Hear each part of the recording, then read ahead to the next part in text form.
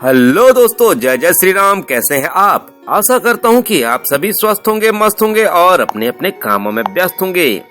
तो दोस्तों, आज का दिन आप सभी के लिए शुभ हो, यही कामना करता हूं। तो लेकर आया हूं दोस्तों आज एक छोटी सी कहानी जो आपने शायद नहीं सुनी होगी। रामायण की एक छोटी सी कहानी। किसी ने बड़े कमाल की बात कही है कि मिट्टी के मटके की कीमत और परिवार की कीमत सिर्फ बनाने वाले को पता होती है, तोड़ने वाले को नहीं। नमस्ते दोस्तों, मैं हूं SDS ब्लॉग। तो चलते हैं छोटी सी कहानी की तरफ। रामायण की एक छोटी सी कहानी है जो बहुत कम लोगों ने सुना होगा। जब प्रभु श्री राम, माता सीता, भ्राता लक्ष्मण वनवास में थे तो अयोध्या में दुख छाया हुआ था। और एक देर रात्रि को जब माता कौशल्या अपने महल के कक्ष में विश्राम कर रही थी तो उन्हें आवाज सुनाई दी कि कोई ऊपर उनके कक्ष पर महल की छत पर टहल रहा है। एक दो बार उन्होंने ध्यान नहीं दिया, लेकिन उनको फिर से आहट सुनाई दी। जब वह ध्वनि लगातार आ रही थी तो माता कौशल्या ने देखने के लिए ऊपर कौन टहल रहा है वहां जाकर के जब देखा तो चौंक गईं। वहां श्रुत कीर्ति जी टहल रही थीं, जो कि सबसे छोटे भाई शत्रुघ्न जी की पत्नी थीं। माता कौशल्या ने पूछा कि सब ठीक तो है, परेशान तो नहीं हूँ। उन्होंने कहा, नहीं, कोई चिंता की बात नहीं है माता जी। तो माता ने कहा, तो क्यों टहल रही हो? तो श्रुतकीर्ति ने बताया नहीं, लेकिन फिर बोले कि यहाँ नहीं बता सकती, कक्ष में बताऊंगी, यहाँ कोई सुन लेगा।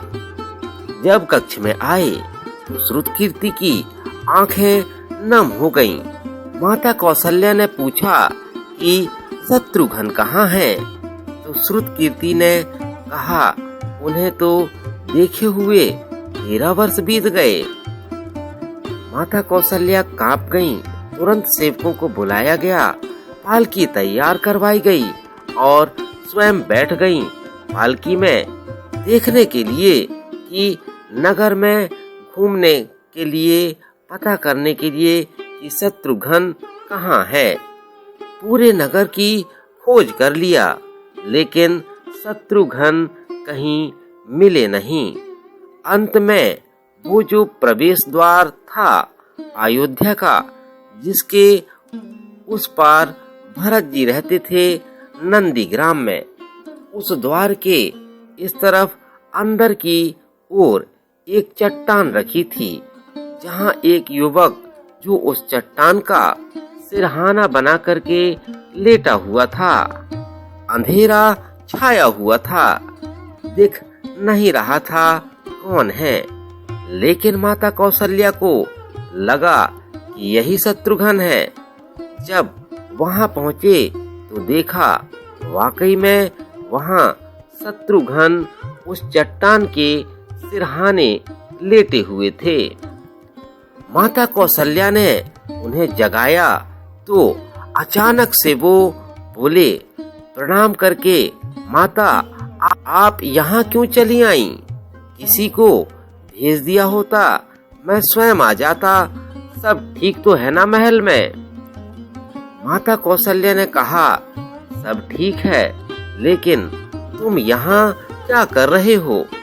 शत्रुघ्न जी चरणों में प्रणाम करके आंखें नम करके बोले कि मेरे पिताजी स्वर्ग से धार गए, बड़े भैया वनवास में हैं, भाभी माँ यानी कि मेरी माता वनवास में हैं, भ्राता लक्ष्मण वनवास में हैं, यहाँ तक कि भ्राता भरत भी सब कुछ त्याग करके कुटिया बना करके नंदीग्राम में हैं।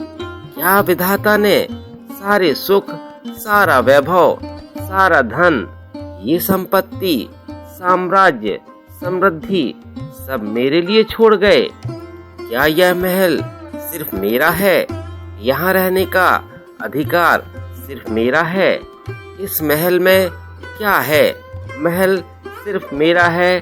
जब मेरे परिवार के सदस्य सब त्याग करके वन चले गए तो मैं यह सुख कैसे भोग सकता हूँ?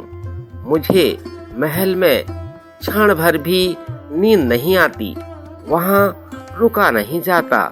माता, मैं तो प्रति रात्रि हर रात्रि को यहाँ आता हूँ।